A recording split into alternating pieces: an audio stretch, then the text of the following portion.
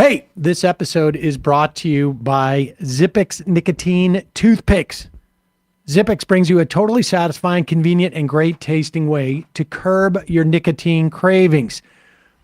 It's been, 15 years for me. Folks, it is time for you to stop putting smoke and vape oils in your lungs. 18 years. Now you can get your nicotine fix anytime, anywhere, without having to rely on smoking or vaping.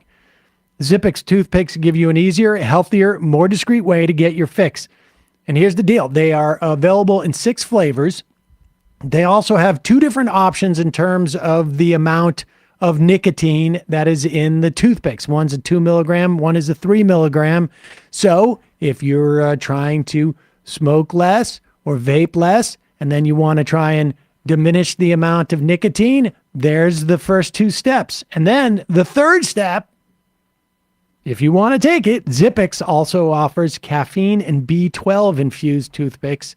If you're not a nicotine user, you're a toothpick user like myself, or if you're trying to get away from the nicotine habit, you can use these on Zippix on airline flights, on sporting events, restaurants, literally everywhere else that smoking and vaping are banned.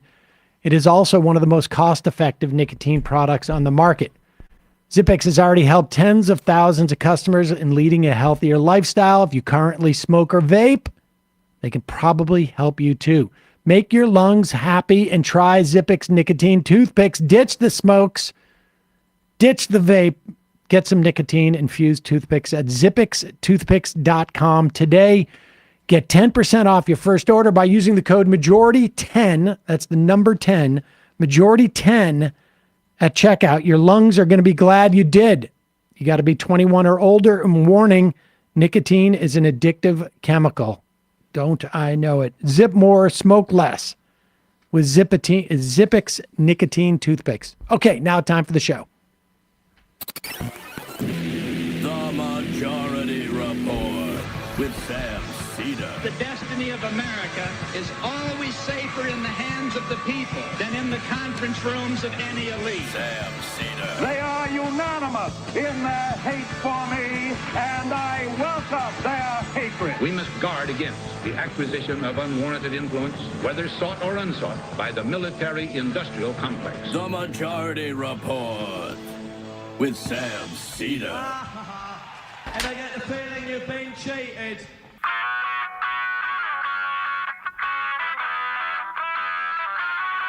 It is Monday,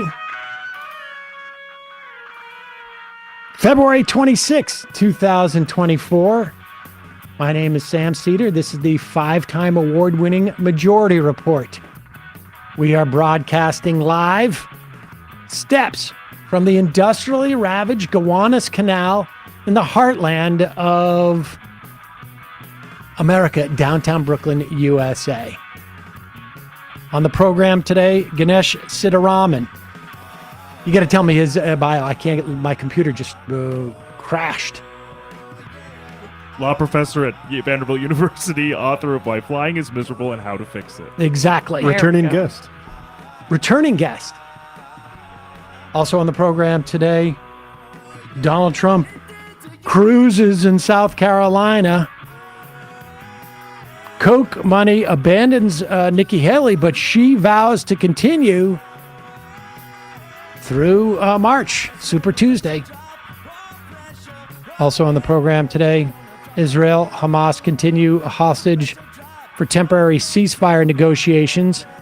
U.S. reverses the Trump policy on Israeli settlements, yet they can be illegal according to international law, but if there's no teeth or no accountability, what difference does it make?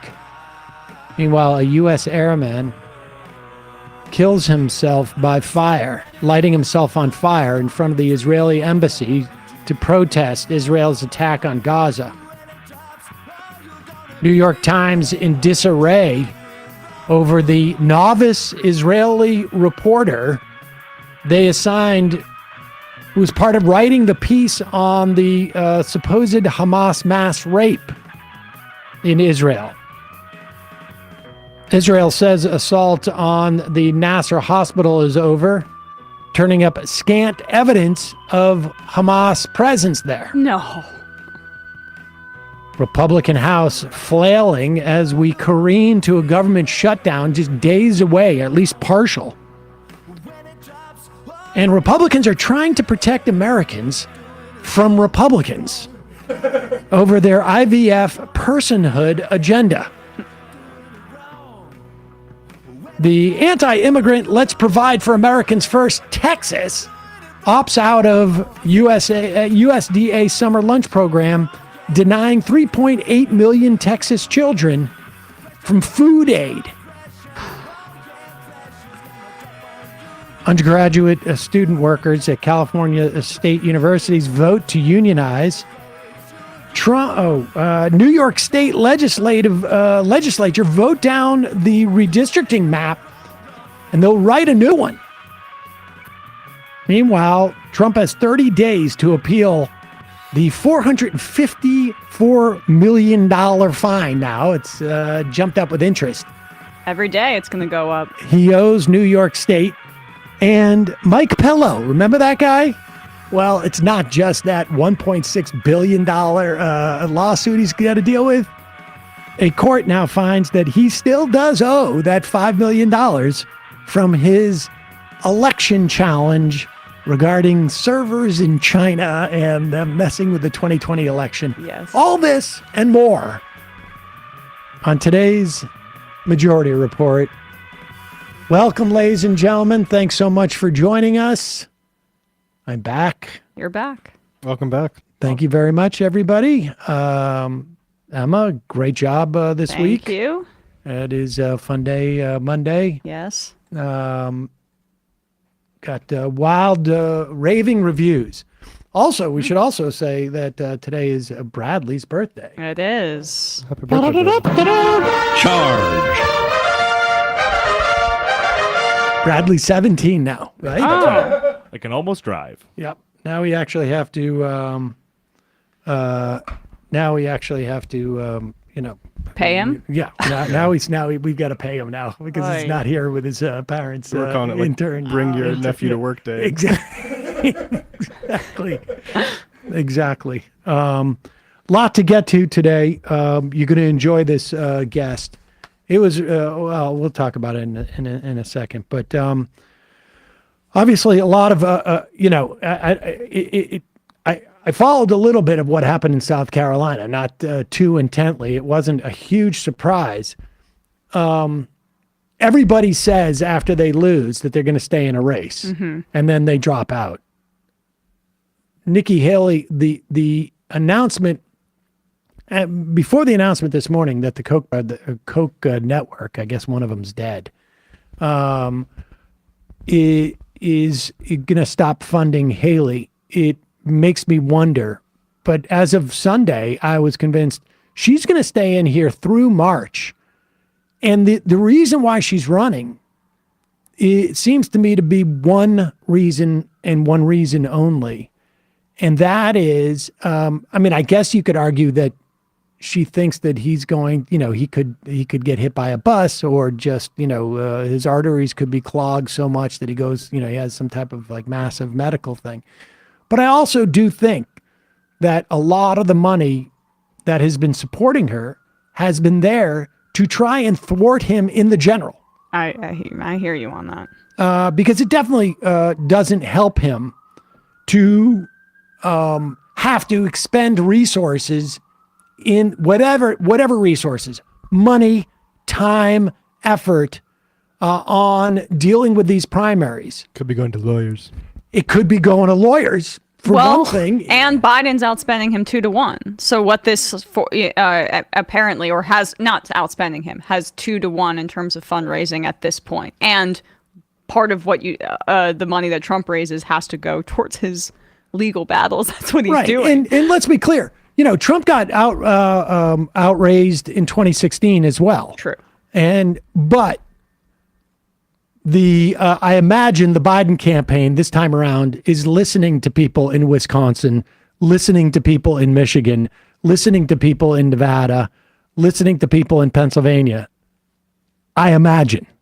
Some people in Michigan, not the Arab Americans who were trying Yeah, the to people there listening. protest the genocide. We'll yeah. see.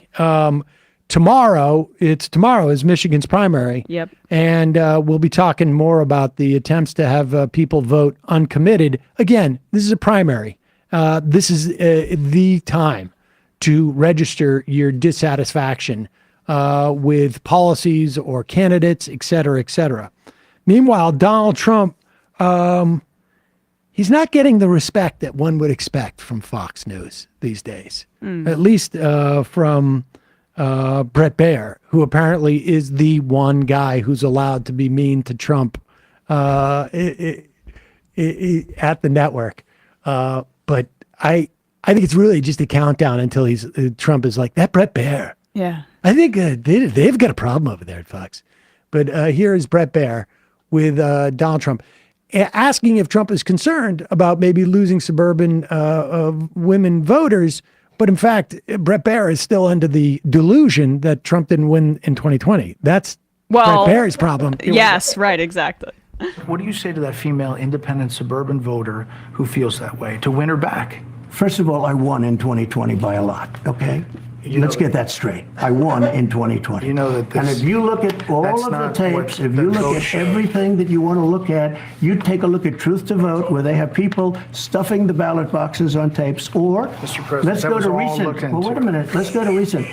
FBI Twitter. Let's go to recent. The 51 agents, all corrupt stuff, Brett. Understand about the Hunter Biden, No, but all that's cheating fair on the things. election. But That's cheating on the you election. lost the 2020 Oh, pause it for 1 second. Incidentally, something interesting that just came up there as, Trump is like yelling at Brett Baer and Brett's going, but Mr. President, you didn't really win the election. He says, you hear Brett Baer say the Hunter Biden. Yeah. Because we were told repeatedly that the reason why Donald Trump lost the election is because we didn't get to see enough images of Hunter Biden's penis on Twitter in the run up to the election. Now, Dick suppression. there was a lot of And don't forget about the crack. the crack and the crack penile suppression. If people could have just been more exposed. We needed more Crack images. of penile that. Yeah, suppression gates. apparently. But it also it appears that there may be a relationship between this Smirnoff guy who has just been indicted by a grand jury for lying to the FBI about his 1023 form, claiming that Joe Biden got $5 million from Burisma, and how those dick pics got on a laptop. Now, I think this is that part of that story is developing. We'll see more, but it's interesting that it just came up here. Oh, but all that's cheating fair on the things. election. But That's cheating on the election. you lost the 2020 election. Brett, you take a look at all of the stuffed ballots. You take a look at all of the things, including things like the 51 intelligence There agents. were recounts in all of the swing states. There was not significant widespread We're trying fraud. to get recounts, real There were recounts, not just Real numbers of recounts. votes widespread cast. corruption. There was not a sense of that. There were lawsuits, more than 50 of them, by your lawyers, some in front of Ready, judges that you appointed. Look at Wisconsin. That came out with no evidence. Wisconsin has practically admitted it was rigged. Other states are doing the same right now, and it's continuing. There have been It was reviews a of rigged every election. potential case of voter fraud in 6 battleground states, and they found fewer than 475 cases. You know why? that Because was they not didn't affected. look at the right things. Okay, Brett. are you going they to were be- counting? They were counting ballots, not the authenticity of the ballot. The ballots were fake ballots. You had this I was a asked, very rigged. Are you election. going to go? This is how you're going to tell that independent suburban woman voter No. to vote for We're you? off to winning an election, and I think we're winning very well. I like his I got a tone poll just changes recently. there. I have it here on. Oh, no, I know. actually. And I watched the numbers. There you Yeah, Brett Baer has to come out there because of the litigation piece. He's the one guy, I guess, that'll stick I his wonder neck if out. part of their settlement was you guys got to do actual news at Yeah. least, like 2% of the time. Meanwhile, Trump has a plan, where he's not going to have to worry about any type of suburban voters. Why? Because every time he gets indicted, he is building his support amongst African Americans. Here he is explaining at the Black Conservative Federation event in Columbia, South Carolina. And then I got indicted a second time, and a third time, and a fourth time. And a lot of people said that that's why the black people like me, because they have been hurt so badly and discriminated against. And they actually viewed me as I'm being discriminated against. It's been pretty amazing, but it.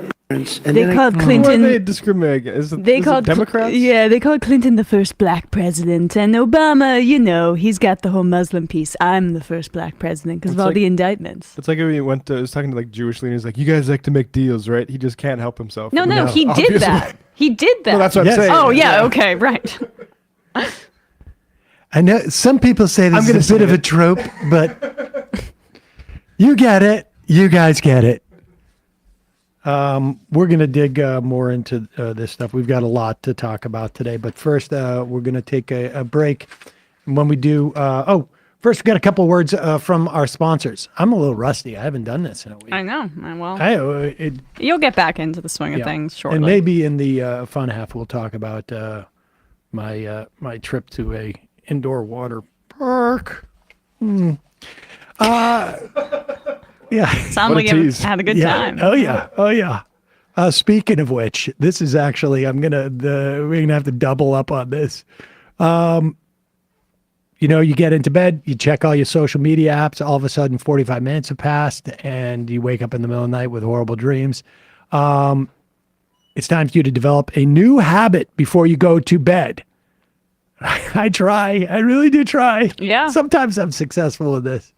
But Calm is the way you can form new and healthy bedtime habits this year. The Calm app puts the tools you need to feel better in your back pocket. If you go to calm.com/majority, you'll get a special offer of 40% off a Calm premium subscription, and new content is added every week. Calm is the #1 app for sleep and meditation. Gives you the power to calm your mind and change your life. Calm.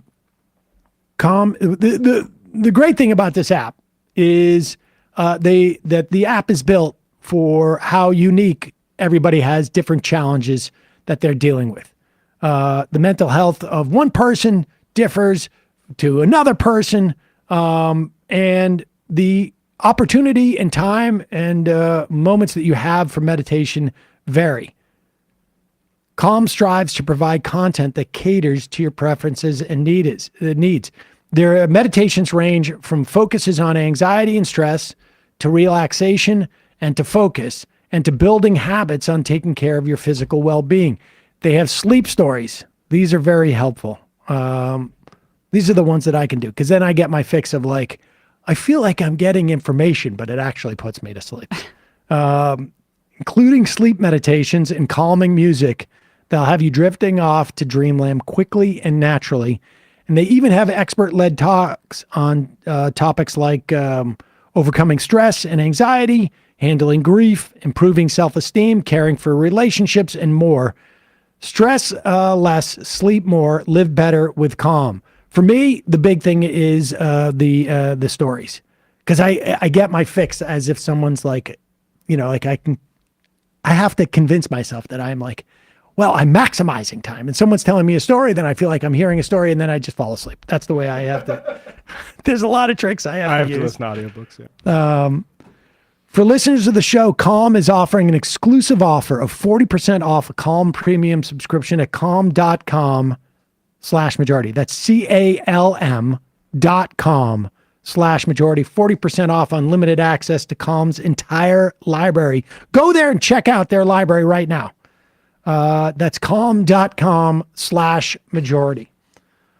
Also, sponsoring the program today, product that I continue to use, and I've seen actual impact.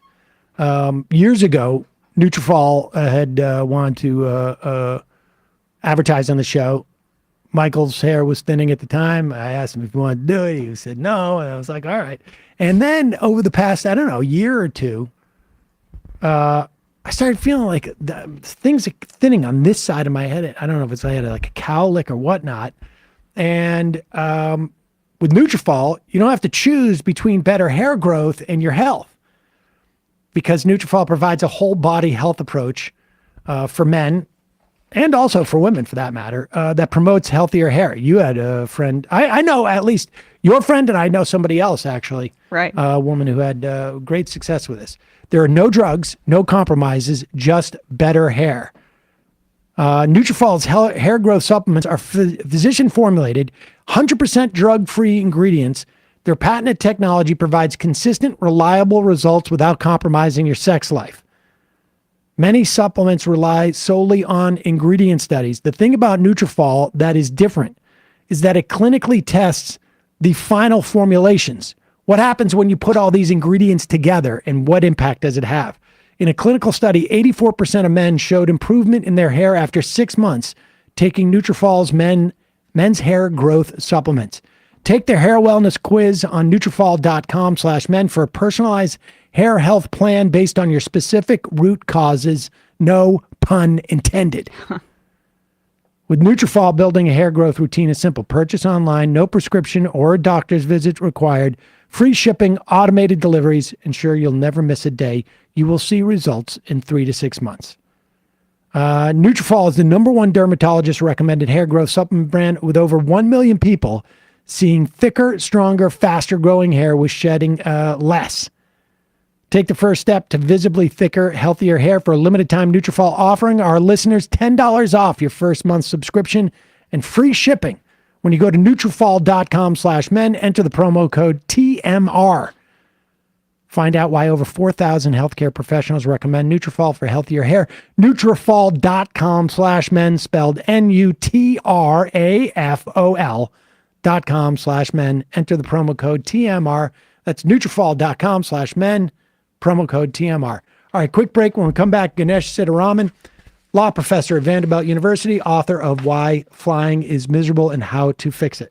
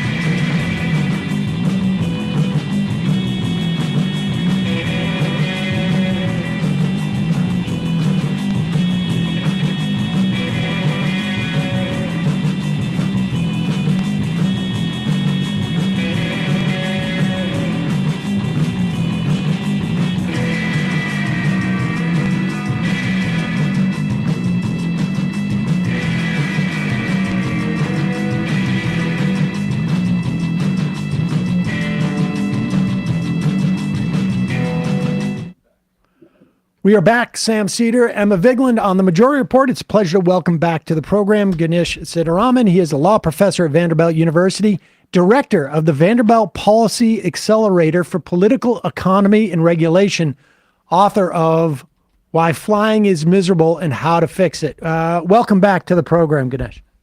Thanks so much. It's great to be back with you. Let's start. Well, first off, I have to say it's my first day back after vacation. It's like my birthday because in addition to a topic that deals with the concept of monopolies and oligopolies, but also to use the post office as a pivot point. My audience will know that this is like it's like my birthday for me. So, but let's start. Let's just go back just a little bit. 1930s is when really like airplane travel really begins in a widespread adoption in the U.S. And that's when regulation starts. Walk us through what this regulation consisted of and what the political forces and also sort of like the concept behind it. Yeah, I'll do that, and I'll even throw in some post office just for you also. Thank you. But in the 1930s, as the airline industry was developing, what Congress recognized, and they recognized this for many generations before, is that some businesses are unlikely to be competitive, and as a result, they are going to need a special kind of regulation. And it's not just because they're they're unlikely to be competitive. It's also because they're critical services. And the post office is actually one of these great examples of this. When you go back to the post office and you think about what it does, it provides this huge network for communication across a gigantic country that we have in the United States. And one of the ways that it does that is it ensures we have service in lots of different places. Some places might be higher cost because they're farther away, they're really remote, but it still is the same price to send a stamp. If a stamped letter, if you're sending it from New York to Alaska or Wichita, Kansas, versus sending it from New York to Washington, D.C., even though it's more expensive to go farther and to those remote places. And the model that the post office offered was really kind of similar to the one that we had for airlines. And the idea was you have this network that you want to deliver this important, essential infrastructure service to across the whole country. But competition isn't going to work that well because of how important it is to have scale and a large size to a network. And you want to be bigger if you're an airline and if you're the post office. You need to serve everybody for it to be the most useful service. And so what Congress decided was they were going to create a federal agency called the Civil Aeronautics Board. And they were going to allocate routes to different airlines, which basically meant that they would tell the airline, we'll let you fly from New York to Washington. But when you got a good route like New York to Washington, which is going to have a lot of passengers on it and you're going to make a lot of money off of that route, we're also going to make sure that you fly some routes that might be not as lucrative. So maybe you've got to fly Seattle to Alaska, for example. And then the second thing is we're going to regulate prices. And you had to do that because it would be very expensive to serve the flight to Alaska. And nobody in Alaska would be able to afford to take that flight if you actually charge the cost of running that plane back and forth. And so they charged instead over time, and there was a lot of changes over the decades, but ultimately landed on an approach that was charging equal fares for equal miles. And what that means is you paid a price based on how far you were flying, not based on how big those cities were or how competitive they were. If you're flying 150 miles, or 250 miles, you're paying the same price, whether you're going to some place that's a huge city or a smaller city. And that meant it was affordable for people, and you just paid more if you're flying longer distances, which sort of makes sense. It's more expensive to fly a longer distance. So that was the system that we created in the 1930s. And for competition purposes, you had to restrict entry into the system. And the reason why is if you let anybody start an airplane, what they would do is they would just fly New York to Washington. And they would forget about Alaska. They would forget about Iowa. They would forget about Kansas. They would forget about all the different parts of the country where we need and want service. And they would just serve the biggest cities that have the highest volume. And then you'd be left with other airlines trying to serve these other places at higher cost. They wouldn't be able to do it, and the whole system would collapse. And so the challenge that Congress dealt with was you wanted to have a kind of Goldilocks. If you have too much competition and you just let everybody in, you'll have rate wars, companies will go bankrupt trying to serve a lot of places, and then you'll end up with consolidation. Or you'll just have that consolidation into monopolies. And so you needed this kind of regulated competition to balance that. And this system basically worked pretty well. For about 40 years, from the 30s to the 70s, we had more people flying, we had lower prices, and we had lots of innovations like the shift from propeller planes to jet engines. All right, I want to get deeper into that, but in that beginning, I mean, the post office is mentioned in the Constitution, right? I mean, Congress has specific authority to set up the post office, and I think like postal roads, essentially roads that you build because we want how much of the initial of the airlines when they started in the 1930s. Could Congress have had an option of saying these are roads in the sky? Did they have the option to say that, we have the authority to actually sort of build, the post office could could be a postal route and then other things maybe build off of it. How much, like, why stop at just this level of regulation? Let's in that regard. So in a sense, the pre 1930s was a little bit of what you're suggesting, a kind of adjunct to the post office, in that mail subsidies are what helped build the airline industry from the start. And it was getting airmail contracts from the post office that provided a huge amount of funding to the airlines that were emergent between, the 1910s through the 1920s into the early 30s. And so part of that was part of the story. I mean, but that was kind of a subsidy contract deal. I think the broader question you're asking is, why don't we have a system like the post office where there's just one airline? That's the kind of United States airline service. And we could have gone down that route. But, outside of the post office at the national level, most of the time, the United States, our approach has been to have private capital come in and fund the creation of these heavy infrastructure industries that will require a lot of cost to develop them, and then to regulate them instead of saying, let's just actually do it as a government. And in a lot of other countries, it's the government that just does these things, right? You have nationalized railroads, you have nationalized airlines in different places. They're state run. That exists in other places. It's just not usually been the American tradition. We do have arguably a nationalized railroad. I mean, in terms of passenger service in Amtrak, we have set it up. And the post office, of course, as well. So we have some, but it's not as extensive as maybe some other countries. And so before we get to the deregulation part, in terms of the building of this industry, how much, and the post office subsidized these flights. We're going to make sure that you have a certain amount of, essentially seats sold or, capacity sold, because we're going to get into these long-term contracts that you can rely upon. So, you can deploy these type of flights to these type of places. What about airports? How much did we, by we, I mean, our government and our society, develop the airport system, which, it opened up all this opportunity. It's hard to fly. You might be able to get it in like a private airport, but nothing that can really handle, major traffic, and also have, someone who's in charge of saying you can't land right now because there's a plane on the tarmac. Airports are another big part of this story. I mean, public investment in airports over decades has been hugely important.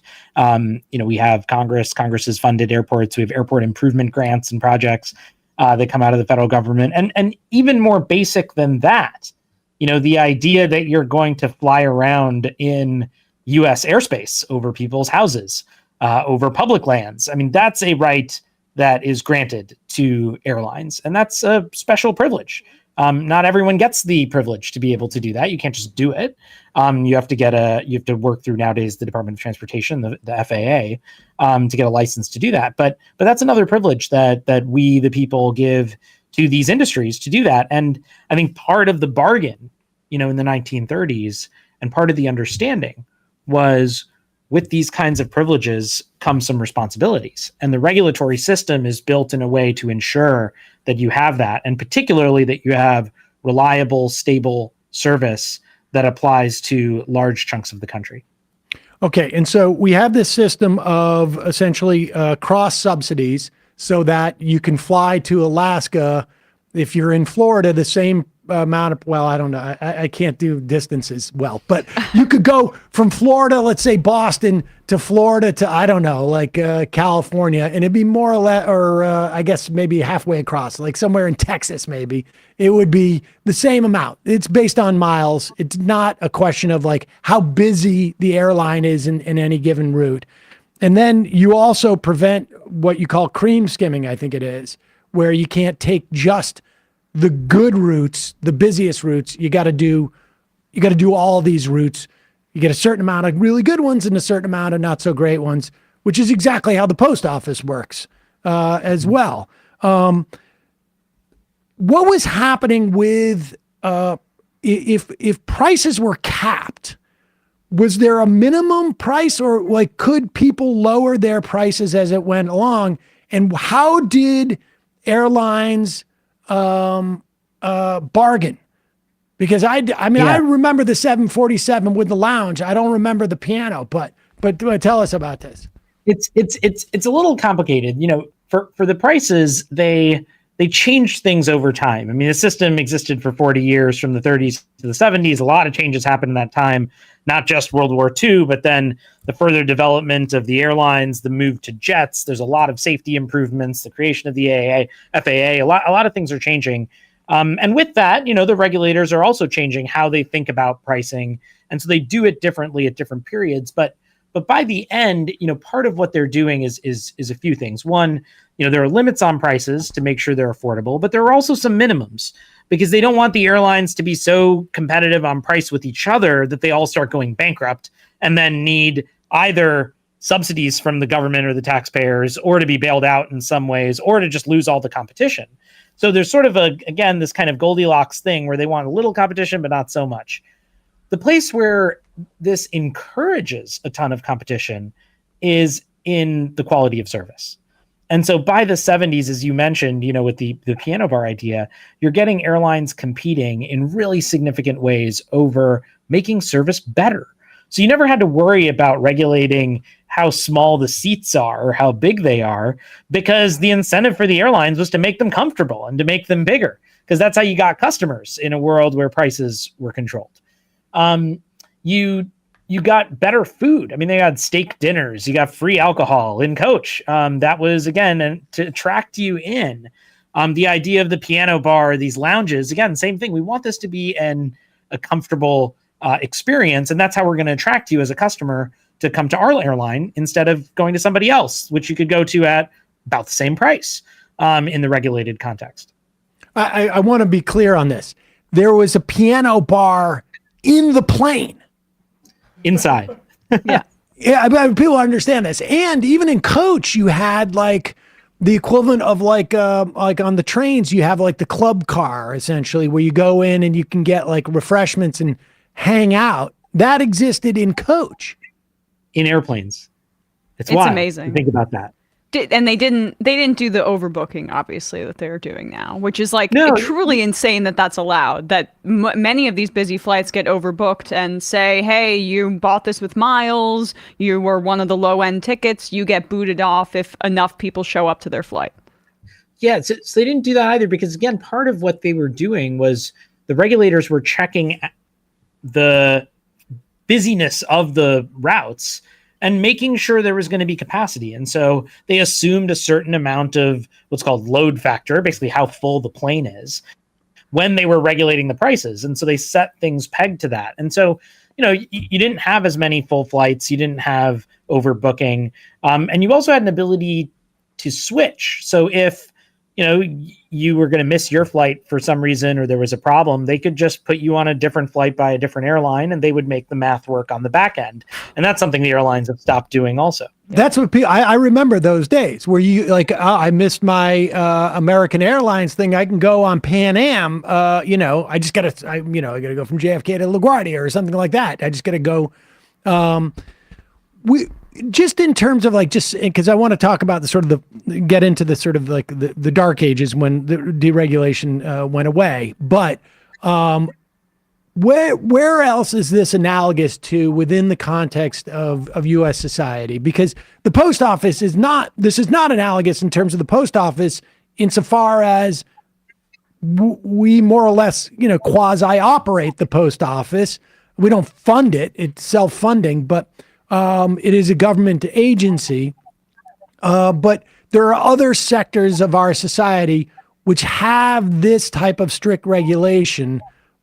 Just walk us through those so that people understand that this was not that unique in the context of American society. Once you classify airlines as an integral part of building national security, cohesiveness, et cetera, as a utility. Yeah. In fact, it goes way back. I mean, the idea that there are some businesses that need a special kind of regulation because they're unlikely to be competitive sectors, and they provide really critical services for commerce, communication, cohesion, national security, resilience, really goes back to the Middle Ages. And in England, you would see wharves and innkeepers all regulated with these kinds of rules. It was called the law of innkeepers and common carriers back then.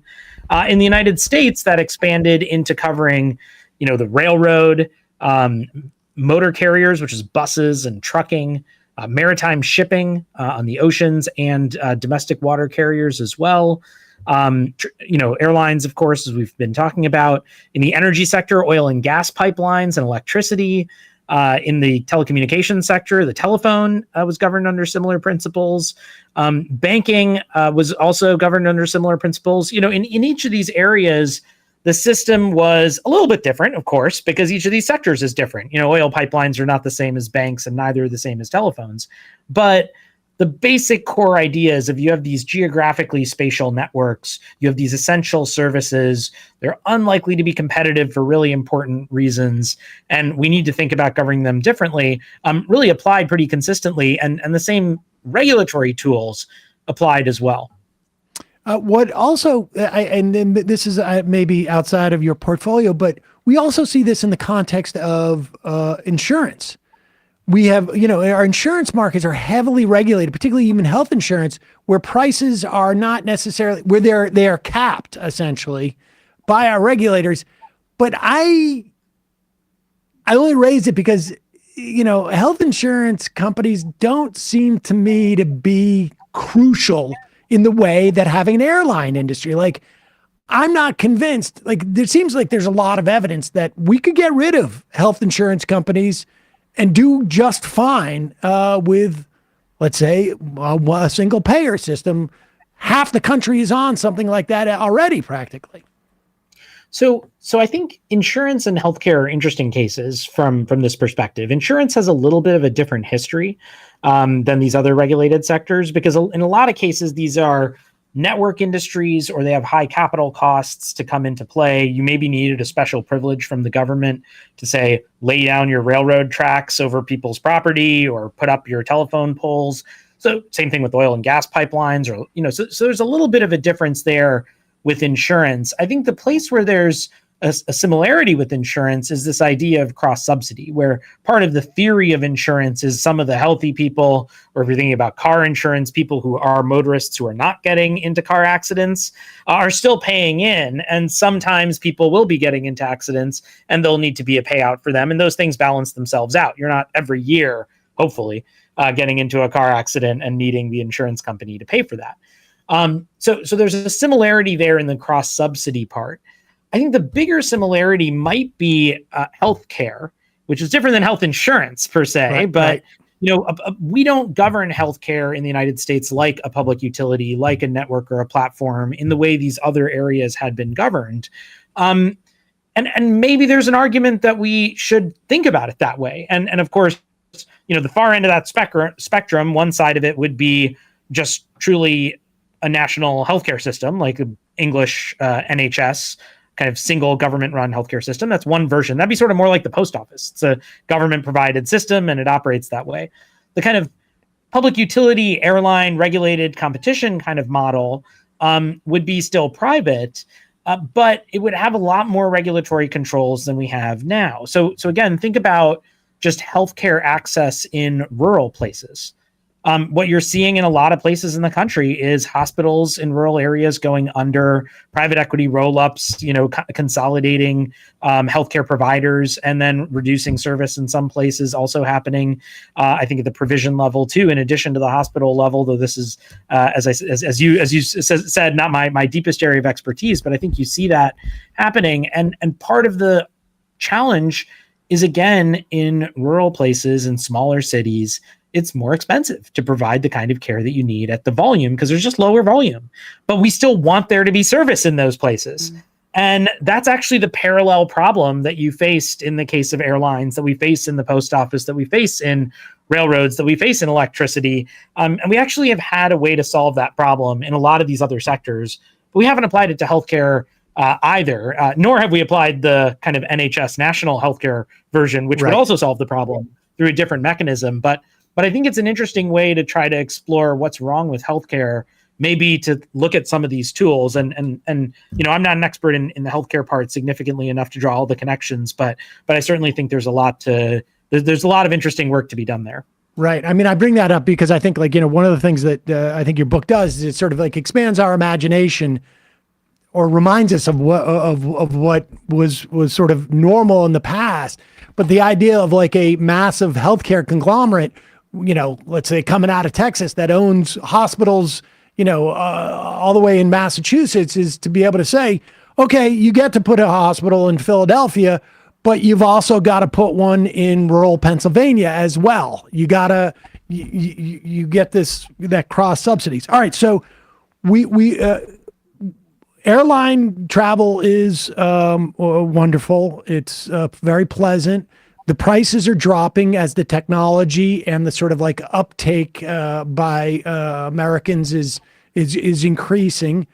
So why did we deregulate in I guess it was by 1978? Why did that happen, and what were the forces? Because it's sort of surprising to me actually, because I'm always looking for the big money sources here, and that really isn't part of the or a major part of the story, it seems like. Yeah, I think the story in the 1970s is really that there was a kind of perfect storm for this massive upheaval and change. And on the one side, the kind of precipitating conditions was the economic crisis of the early 70s. You had OPEC, you had the oil shocks, you have high inflation. That, of course, means fewer people are going to fly, so you have lower demand for flying. At the same time that pops up, you know, plus the higher oil costs, of course, you also have in the late 60s, the airlines that had spent all this money on buying new fleets of wide-bodied jets, this new exciting technology. And that's a good thing. You know, we want them to be improving on that. And the way that the regulatory system handled improvements to technology and capital expenses is that they could build in part of their capital expenditure into the prices, so that they could make back the costs that they spent to upgrade all the planes. Makes total sense. And so the airlines come and they ask the regulators to increase the price a little bit. And that's going on at the same time as these other shocks. And so that's one thing where people are saying, hey, wait, it seems like airline prices are high, even though there were some good reasons for it. The other thing that was happening was just a really striking intellectual set of shifts and political set of shifts. And so on the one hand, maybe predictably, you had a number of conservatives who were more free market-y Chicago school economic folks thinking all regulation is bad. We got to get big government out of the way. This kind of regulatory system seems like a government-sponsored cartel. We should just let the market work. The market does a great job at everything. And that was kind of one approach. But what's maybe more surprising is that there were a bunch of liberals who were on board with that approach. Ralph Nader, Ted Kennedy, supported by Stephen Breyer, later Supreme Court Justice, but then Kennedy's chief advisor.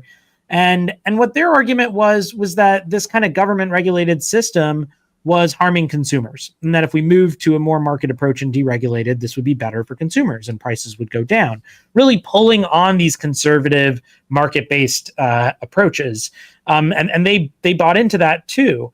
And so the combination of those things meant that you ended up with this kind of strange coalition in the 70s that ultimately led to Jimmy Carter signing the Airline Deregulation Act. And you know, to be fair, the pitch that they brought to the table sounded pretty good.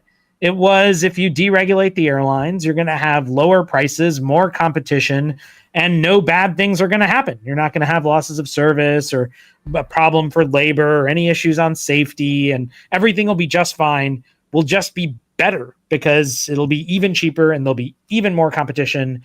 You know, at one point, one person predicted there would be up to 200 airlines operating in a competitive environment. That was the kind of, you know, utopia that they imagined with deregulation, and Congress bought it over some dissents. I mean, notably the airline industry and some perhaps surprising folks. Barry Goldwater, you know, Republican from Arizona, not usually associated with the regulation, were opposed to this and pointed out some of the problems that might emerge with deregulation. And so I think it was a weird moment of these kind of odd coalitions. It's so strange. I mean, because it's so different than our politics today. It feels like, in terms of like what forces operate on something like that. Like what was the track record up until the 70s with government sort of like unplanned? I mean, the subsidies came in insofar as like we're given some, the post office helped built that. I guess that's prior to this time, but there's also, we're subsidizing because we're raising money to build airports, and we're subsidizing it insofar as we're running the market and we're protecting you from shocks and this and that. What was the, like, did there need to be bailouts before this? Because this one crisis of like, it's like an end of history crisis, it feels like. And then of course, like all those neo-libertarians from Chicago and Milton Friedman are just ready there with this sort of like, maybe freshman in college, ready-made answer that sounds like it's going to work. And some people bought it.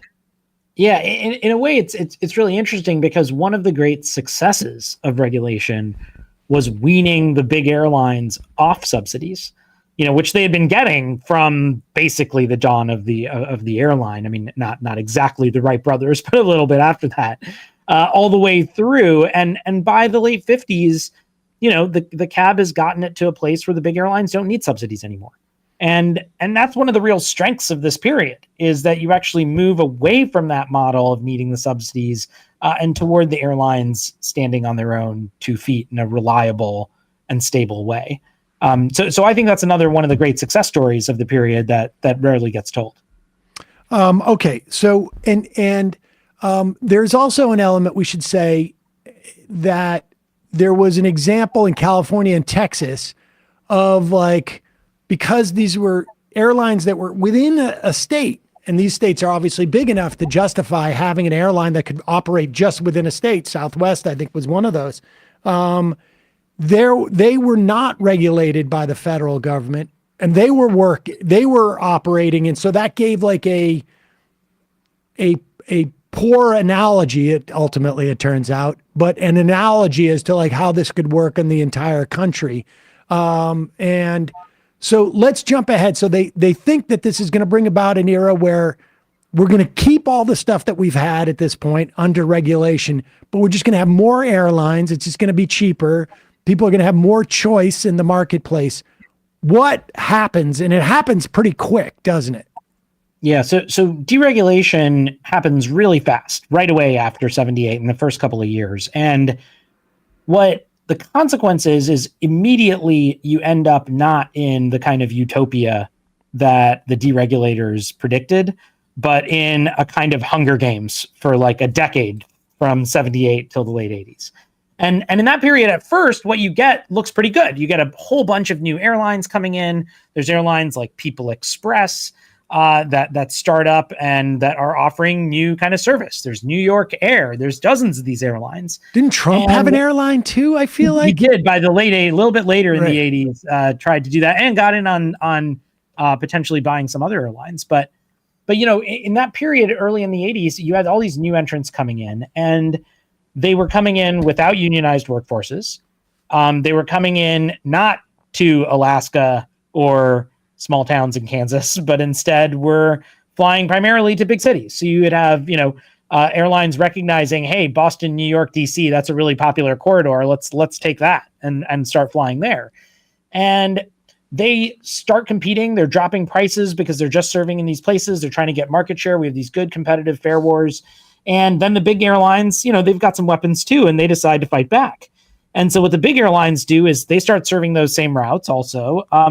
And they drop their prices to compete or even beat the new entrants, sometimes pricing below the cost of flights.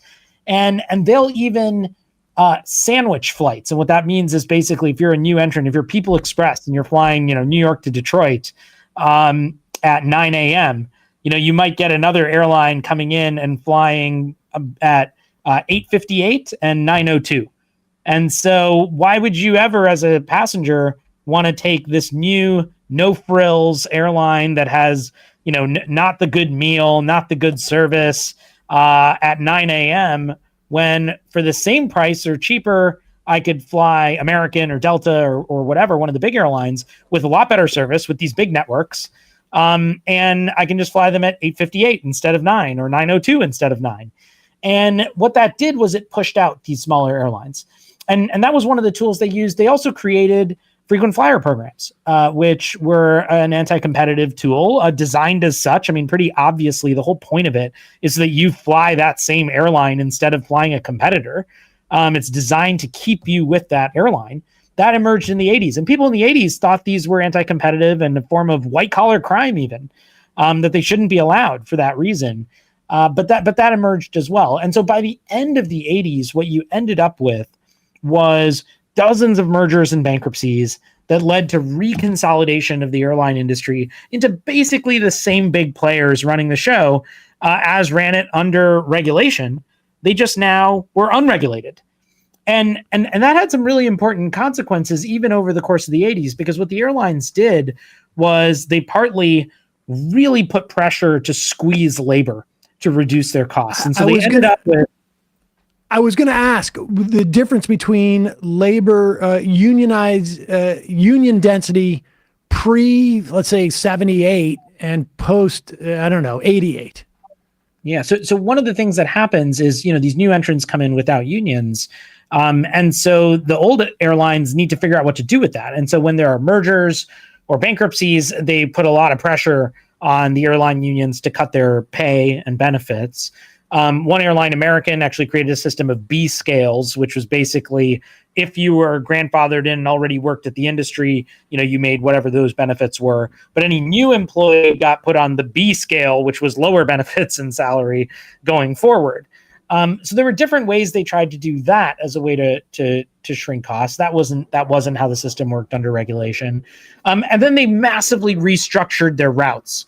So instead of airlines serving all these different kind of routes with a lot of nonstop point-to-point service, you had airlines increasingly moving toward a hub and spokes model. And that's just a fancy way of recognizing that if you fly on Delta, you connect through Atlanta.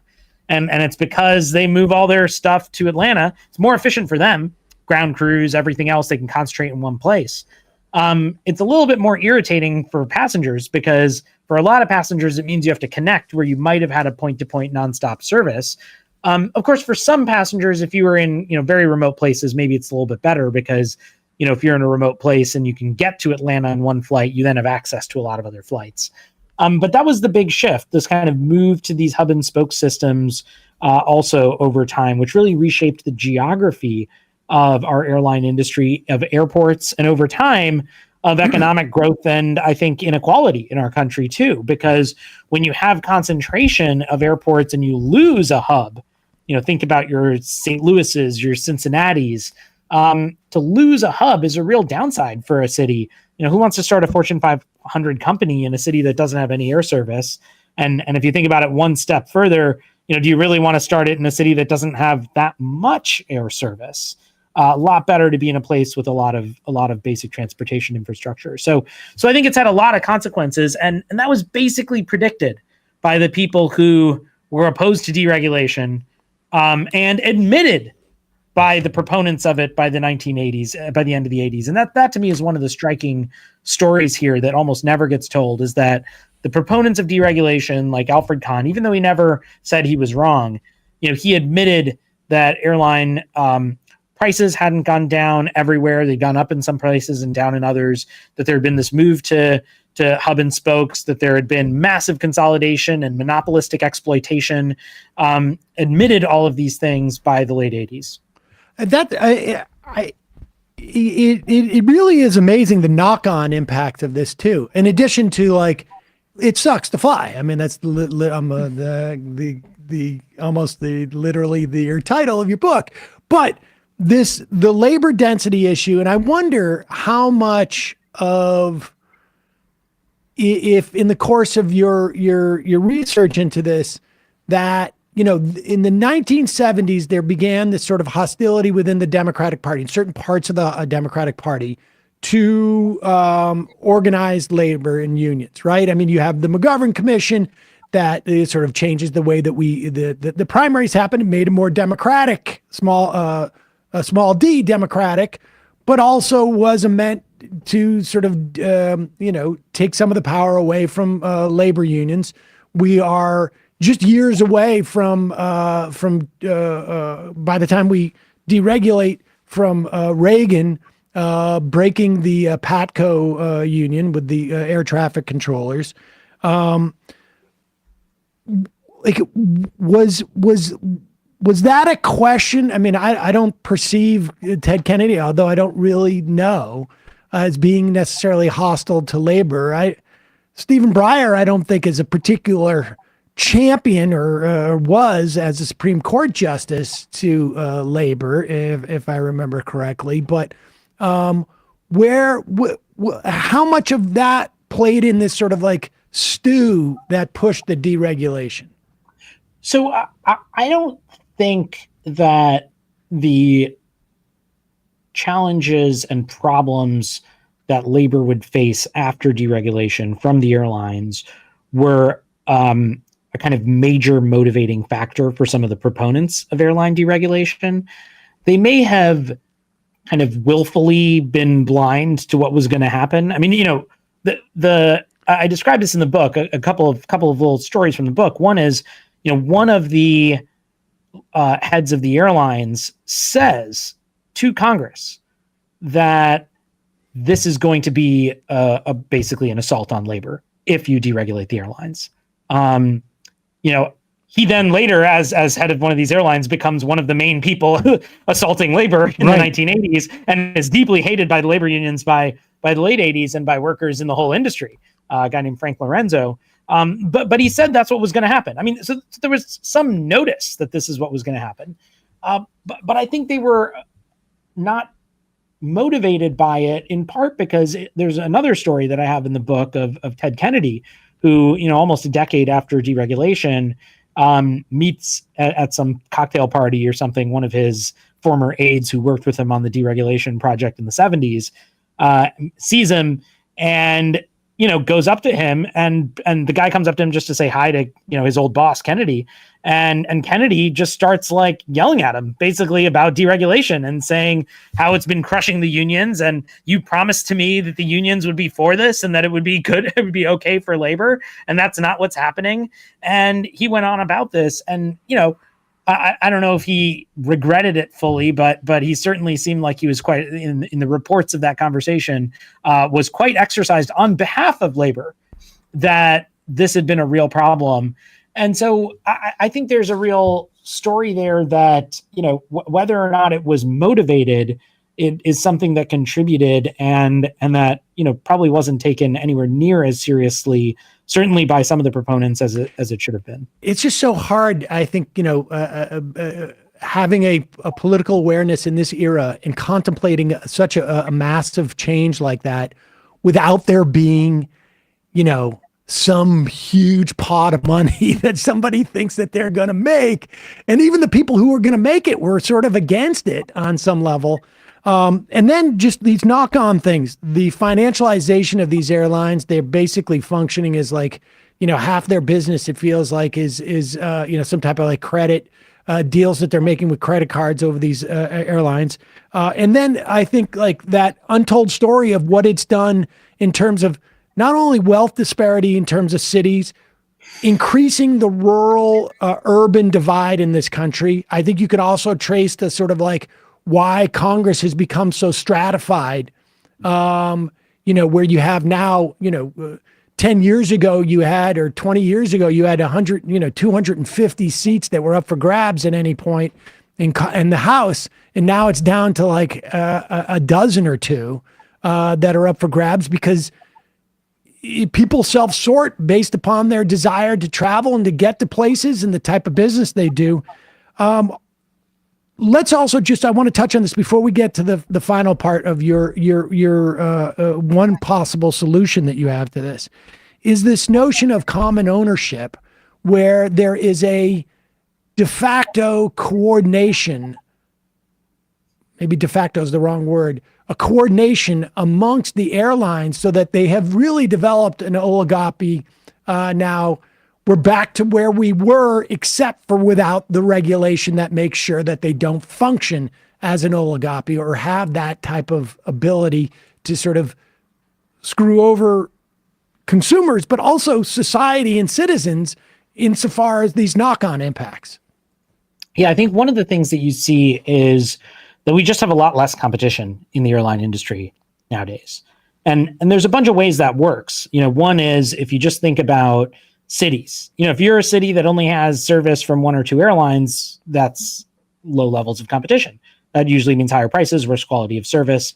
If you're a big hub, if you're flying to or from one of these big hubs, you also pay higher prices and will have probably challenges too because of the monopolization at these hubs. Airlines now in some cases will have 70, 80% of a city. What that means is that if you want to go anywhere and from that city, you can fly direct on that airline, or you can connect using some other airline. Well, you're going to fly direct. And then when you add to that in some ways, the big three don't really compete. And even Southwest also, if you've ever noticed, prices always seem to be basically the same between so-called competitor airlines if you're flying to some places. That's part of that story. And what some economists have shown is that part of the reason for that is that their ownership is the same. So the folks who own, say, 25% of one airline also maybe own 30% of another one and 20% of a third one. And what that means is that the airline managers understand that if what you care about is benefits to your shareholders, and your shareholders are overlapping, well, then they don't actually benefit if you compete. They actually benefit if you collude. And so there's an incentive there, and nobody needs to have a, hidden conversation in a smoke-filled back room or something. Like, everyone just understands that's how it works.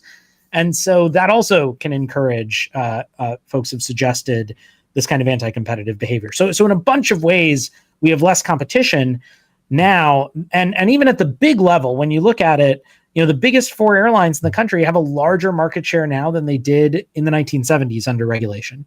I mean, that's astonishing. Those investors, yeah, these investors aren't, they're not individual. These are big institutional investors, right? I mean, that like whatever it is, some massive hedge fund owns 20% of you and 20% of Delta and 20% of whatever it is, and that's the way it works there.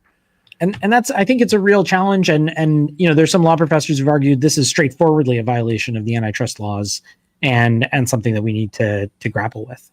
Okay, so your one of the things that you talk about in dealing with this is not re-regulation necessarily. Although, I mean, I wonder how possible you think that is, but the idea of introducing basically a public option, which is sort of like on some level modeled from what was proposed in the initial Affordable Care Act, actually, in some respects, that put in another competitor into the marketplace. But tell us about that one and why not re-regulate?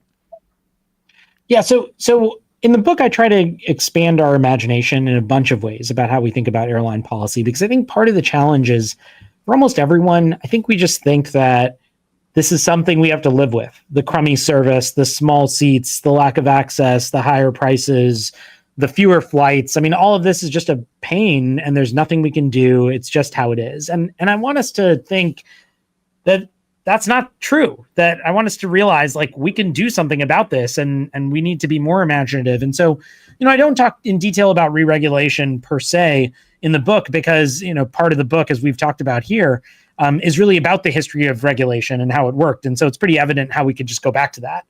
But what I want to do is explore some other opportunities and other ways we could think about this. I talk about having a single national carrier, the kind of post office model, just one, it's a monopoly, it's national. That's an approach. There's the old AT&T model. It's one, it's regulated, but it's private.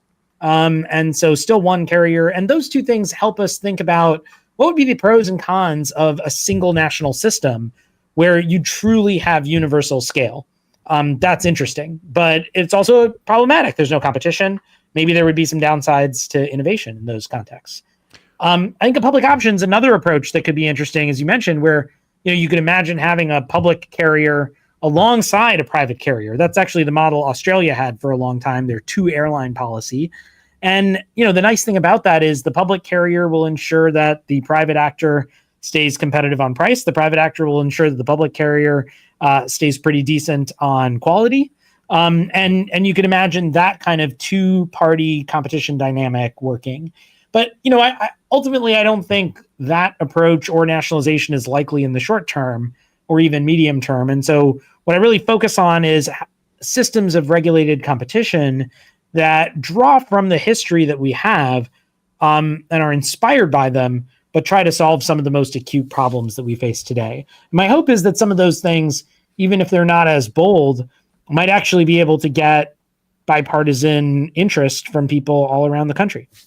If you had, let's say, a public airline, we call it public airline, and it is run or the government pays for it, and they the only difference is there's no the board of directors does not they're not shareholders per se, and how would that compete against airlines that don't have the responsibility that presumably a public one would, to we're going to hit every airport, we're going to service every airport in the country, or we're going to, including regional airports, let's say. How would that compete? Or it just would need a certain amount of subsidies, but I guess we would make it back. We wouldn't have to have bailouts as much because this airline goes under. That's all right. And then we just have more business on public airlines. Well, the way it worked in Australia, which I think would be the kind of model for this, is you would have to standardize a bunch of the terms, which would mean flying to certain cities.